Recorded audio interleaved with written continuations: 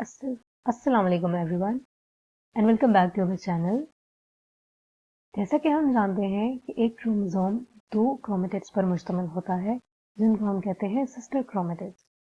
ये sister chromatids एक दूसरे की एग्जैक्ट कॉपी होते हैं या ऑलमोस्ट एक दूसरे की कॉपी होते हैं, यानी कि इन क्रोमोसोम के अंदर मौजूद डीएनए एक दूसरे की रेप्लिकेशन से बना होता है।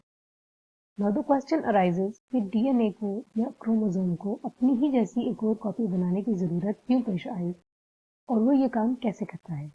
यही हमारे आज के लेक्चर का फोकस है, जिसको हम डीएनए रेप्लिकेशन के अंदर स्टडी करेंगे। So let's start our chapter chromosome and DNA and lecture 3 DNA replication. The question is why DNA replicates. Mitosis के दौरान जब एक पेरेंटल सेल 2 डॉटर स्ट्रैंड्स में डिवाइड होता है तो दोनों के अंदर ये बात मेक श्योर की जाती है कि क्रोमोसोम का नंबर एग्जैक्टली सिमिलर हो। अब चूंकि एक क्रोमोसोम 2 क्रोमेटिड्स पर मुश्तमिल होता है, एनाफेज के दौरान लिहाजा दोनों क्रोमेटिड्स एक दूसरे से सेपरेट हो जाते हैं, जिसके नतीजे में दोनों डॉटर स्ट्रैंड्स में equal number of chromosome present होता है। अगर क्रोमोसोम की 2 कॉपीज के बजाय सिर्फ एक कॉपी प्रेजेंट होती, यानी कि सिर्फ एक क्रोमेटिड होता, तो नए बनने वाले डॉटर सेल्स में क्रोमोसोम का नंबर कभी भी एक जैसा ना रहता। लिहाजा DNA replication is essential for making the chromosome number equal in both the daughter strand in every cell division. DNA replication is actually the self-synthesis of DNA molecule. What do we mean when we say that DNA is replicating?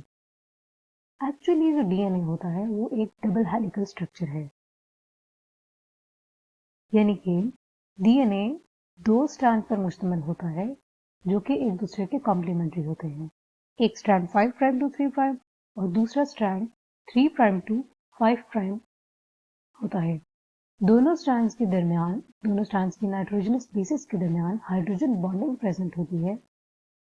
इस hydrogen bonding को break करना DNA replication के लिए बहुत ज़रूरी है, यानी कि डीएनए रेप्लिकेशन का मकसद ये है कि ये जो पेरेंटल स्ट्रैंड्स हैं इनके अगेंस्ट एक कॉपी जनरेट की जाए, जैसा कि इस डायग्राम में दिखाया गया है। यहाँ पे ये ब्लू कलर में पेरेंटल स्ट्रैंड है जो कि एक दूसरे के कॉम्प्लीमेंट्री हैं और एक दूसरे के साथ हाइड्रोजन बॉन्डिंग के जरिए बाइंड हुए थे। डीएनए रेप्लिकेशन स्टार्ट करने के लिए दोनों को सेपरेट किया गया और ये सेपरेट करने के लिए सेल के पास एक एंजाइम मौजूद है जिसको हम थोड़ी देर बाद स्टडी करेंगे। जब दोनों पेरेंटल स्ट्रैंड सेपरेट हो जाते हैं तो सेल में मौजूद एक और एंजाइम जिसका मेन काम डीएनए को रेप्लिकेट करवाना है, वो सेल में मौजूद डीएनए न्यूक्लियोटाइड्स को अरेंज करके दोनों स्ट्रैंड्स के अगेंस्ट एक कॉम्प्लीमेंट्री डॉटर स्ट्रैंड जनरेट करता है। जब full length daughter strand generate हो जाते हैं तो एक पेरेंटल स्ट्रैंड और उसके अगेंस्ट बनने वाले डॉटर स्ट्रैंड के दरमियान हाइड्रोजन बॉन्डिंग दोबारा से डेवलप होती है और इस तरह एक डीएनए अपनी एक और कॉपी जनरेट कर लेता है। The most important enzyme which is involved in DNA replication is helicase enzyme. जैसा कि हमने देखा कि डीएनए रेप्लिकेशन का सबसे पहला स्टेप ये है कि नाइट्रोजनस बेसिस के दरमियान मौजूद हाइड्रोजन बॉन्डिंग को ब्रेक किया जाए। इस काम के लिए सेल के पास डीएनए हेलिकेज मौजूद एक हेलिकेज एंजाइम प्रेजेंट है जो कि इन हाइड्रोजन बॉन्डिंग को ब्रेक डाउन करता है। अब जब helicase hydrogen bonding break down कर जाता है तो उसके बाद ये चांस मौजूद होता है कि डीएनए हेलिकेज के मूव करने के बाद ये बेसिस आपस में दोबारा पेयर अप हो जाए। सो इस चीज को रोकने के लिए सेल के पास एक और प्रोटीन प्रेजेंट है जिसका नाम है सिंगल स्ट्रैंडेड बाइंडिंग प्रोटीन। ये प्रोटीन मेक श्योर करती हैं कि एक अनवाइंडेड डीएनए दोबारा से आपस में वाइंड ना हो जाए। The next most important enzyme is DNA polymerase. ये वो मेन एंजाइम है जो कि रेप्लिकेशन को कैरी आउट करवाता है। सेल के पास 3 तरह के डीएनए पॉलीमरेज प्रेजेंट हैं, जिनमें से DNA polymerase 3 is the main eukaryotic enzyme which carries out the replication of DNA.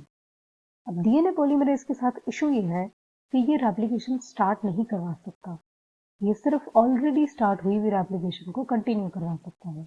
लिहाजा सेल को एक ऐसा एंजाइम चाहिए जो कि रेप्लिकेशन को स्टार्ट करवा सके। वो एंजाइम है प्राइमेज एंजाइम।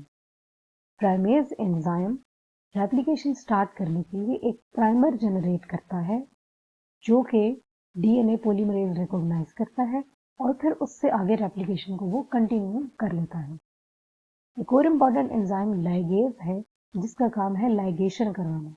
लाइगेशन कहाँ करवाई जाती है ये हम डीएनए रेप्लिकेशन के सबसे लास्ट स्टेप में देखेंगे।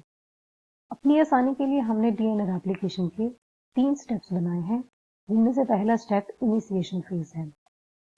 डीएनए रेप्लिकेशन इनिशिएट करने के लिए सबसे पहले हमने देखा कि दोनों स्ट्रैंड को सेपरेट करना जरूरी है। लिहाजा डीएनए हेलिकेज डीएनए में मौजूद ओरिजिन ऑफ रेप्लिकेशन को रिकॉग्नाइज करता है, जो कि एक ऐसी पॉइंट है, एक ऐसा साइट है जहां से रेप्लिकेशन में स्टार्ट होना है। डीएनए हेलिकेज इस पॉइंट पे मौजूद नाइट्रोजनस बेसिस के दरमियान हाइड्रोजन बॉन्डिंग को ब्रेक डाउन करता है, जिसके नतीजे में एक बबल फॉर्म बन जाती है जिसको हम कहते हैं रेप्लिकेशन बबल। रेप्लिकेशन बबल की दोनों साइड्स पे रेप्लिकेशन फोक बनता है जो कि एक दूसरे के ऑपोजिट होता है और दोनों साइड्स पे रेप्लिकेशन कंटिन्यू की जाती है। फॉर द टाइम बीइंग हम एक साइड को फॉलो करेंगे। The next step is the formation of replication fork, और ये तब होता है जब डीएनए हेलिकेज और single stranded binding protein replication bubble बना चुके हैं और 2 पेरेंटल स्ट्रैंड सेपरेट हो चुके हैं। ये दोनों strand as a template act करेंगे जिनके against daughter strands DNA polymerase बनाएगा। The next step is extension. DNA helicase और सिंगल स्ट्रैंडेड बाइंडिंग प्रोटीन्स के बाद प्राइमर जनरेट किया जाता है। प्राइमर जनरेट करने के लिए प्राइमेज एंजाइम सेल में मौजूद आरएनए न्यूक्लियोटाइड्स को इस्तेमाल करता है, यानी कि वो डीएनए के अगेंस्ट 15 से 20 न्यूक्लियोटाइड लॉन्ग एक शॉर्ट आरएनए स्ट्रैंड जनरेट करता है जिसको डीएनए पॉलीमरेज 3 रिकॉग्नाइज करता है और उससे आगे डीएनए स्ट्रैंड्स जनरेट करता है। इस डायग्राम में हम देख सकते हैं कि हेलिकेज एंजाइम अनवाइंडिंग कर रहा है। सिंगल स्ट्रैंडेड बाइंडिंग प्रोटीन्स दोनों टेम्पलेट स्ट्रैंड्स पे बाइंड हुई हुई हैं और प्राइमेज एंजाइम ने एक short stretch of RNA generate कर दिया है ताकि रेप्लिकेशन कंटिन्यू हो सके। एक इंपॉर्टेंट पॉइंट ये है कि डीएनए रेप्लिकेशन दोनों स्ट्रैंड्स के अगेंस्ट चूंकि करवाई जानी है।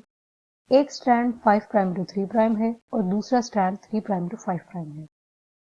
ये बात जानना बहुत जरूरी है कि रेप्लिकेशन की डायरेक्शन हमेशा 5 प्राइम टू 3 प्राइम होती है अलोंग द डॉटर स्ट्रैंड। लिहाजा जो parental strand 3 prime to 5 prime है उसके अगेंस्ट जो डॉटर स्ट्रैंड बनना है वो कंटिन्यूसली बनेगा, यानी कि डीएनए पॉलीमरेज 3 प्राइम से स्टार्ट करते हुए 5 प्राइम की तरफ मूव करेगा और जो डॉटर स्ट्रैंड बनेगा वो 5 प्राइम टू 3 प्राइम कंटिन्यूसली बनेगा।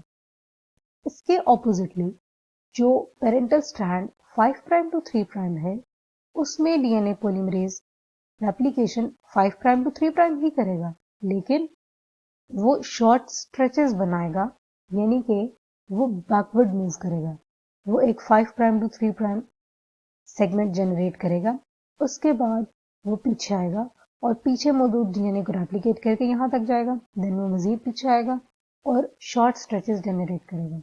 यानी कि ये जो 5 प्राइम टू 3 प्राइम वाला पेरेंटल स्ट्रैंड है इसके अगेंस्ट जो डॉटर स्ट्रैंड बनेगा वो कंटिन्यूसली नहीं बनेगा, यानी बल्कि फ्रेगमेंट्स में बनेगा। इन फ्रेगमेंट्स को हम कहते हैं ओकाज़ाकी फ्रेगमेंट्स। नेक्स्ट, टर्मिनेशन कब होती है?